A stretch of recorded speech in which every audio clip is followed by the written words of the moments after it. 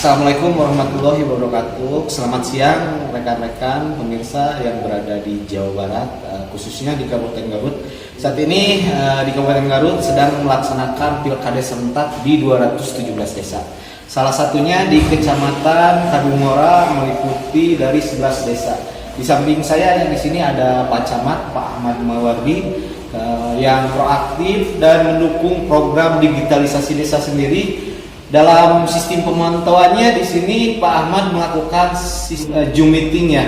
Seperti apa dalam pelaksanaannya? Mari kita tanya Pak Camat langsung. Pak Camat, selamat siang. Selamat siang.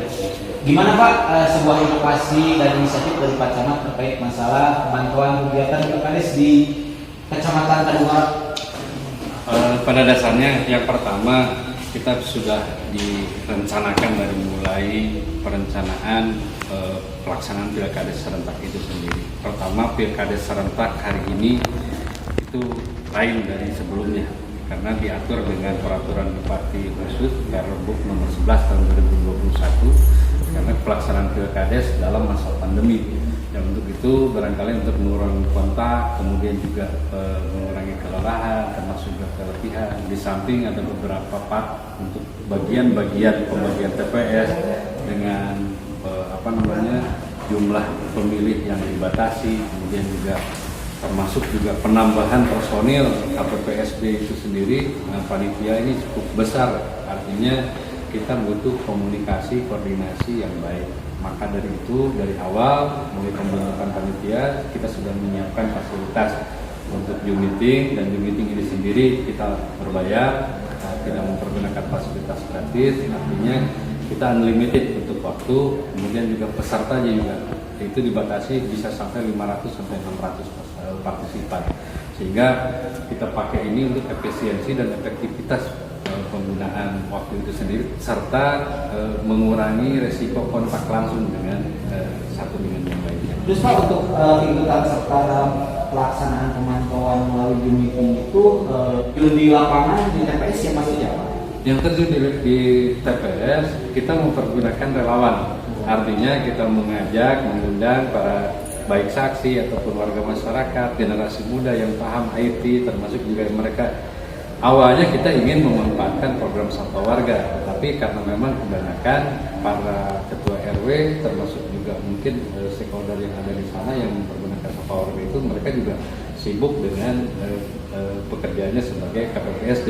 Jadi kita mengundang relawan, yang sedikit kita berikan insentif, mereka yang masuk mengikuti itu kita berikan insentif minimal untuk pengganti kuota 50.000. Maksud tujuan kita sih sebetulnya supaya masyarakat secara terbuka bisa melihat mekanisme pelaksanaan penyelenggaraan pemilu, sehingga sakwa sangka, fitnah dan lain sebagainya terkait dengan kecurangan itu bisa dipantau langsung dari monitor langsung. Sehingga tercipta apa ya, jurdil ya. Nah, ini mudah-mudahan ini salah satu upaya kita untuk bisa menciptakan kejujuran dan keadilan serta memberikan kepuasan terhadap para peserta di dalam pilkades itu sendiri, termasuk para calon kades dan para pendukungnya. Kemudian juga ada proses edukasi, termasuk juga efektivitas untuk pemanfaatan tenaga. Misalnya kan karena pilkades hari ini harus melalui protokol kesehatan yang begitu ketat, termasuk juga jaga jaraknya, termasuk juga alat-alatnya dan lain sebagainya, sehingga di sisi lain petugas medis, termasuk juga petugas protokol kesehatan juga terbatas, termasuk juga petugas pengawasan kami juga terbatas. Jadi apabila ada kejadian, termasuk dengan prokesnya dan lain sebagainya, ini tenaga medis bisa memprioritaskan ke tempat yang kejadian tadi, tanpa mengabaikan yang lain, tetap itu termonitor dan terpantau melalui secara live. Seperti apa Pak kegiatan pemantauan yang dilakukan? Salah satunya saat ini sedang melakukan perhitungannya. Jam sekarang ini TPS sudah selesai, dia memberikan kesempatan untuk pemilihan kepada para pemilih. Sekarang pada posisi penghitungan suara. Nah, termasuk juga kita memonitor dalam proses penghitungan suara ini ada kerumunan atau tidak. Kalau dengan yang seperti ini kan kelihatan jelas bahwa semua sesuai dengan protokol kesehatan. Masing-masing jaga jaraknya jelas, kemudian juga kerumunannya juga tidak ada, tidak nampak. Nah, artinya di lapangan alhamdulillah kondusif. ini salah satu keuntungan yang bisa kita peroleh. Jadi kita tidak terlalu sibuk untuk melakukan pemantauan secara langsung, sementara yang lain bisa terbengkalai. Kalau ini kan bisa secara sekaligus terpantau. Ada salah untuk persiapan pelaksanaan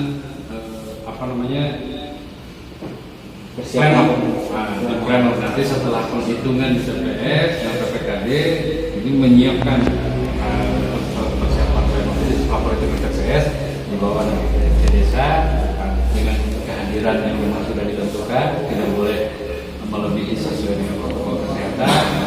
Maka PPKD menyiapkan di lokasi yang dibantu juga dengan monitoring, termasuk juga dari Babinsa, Babinmas, tim gugus tugas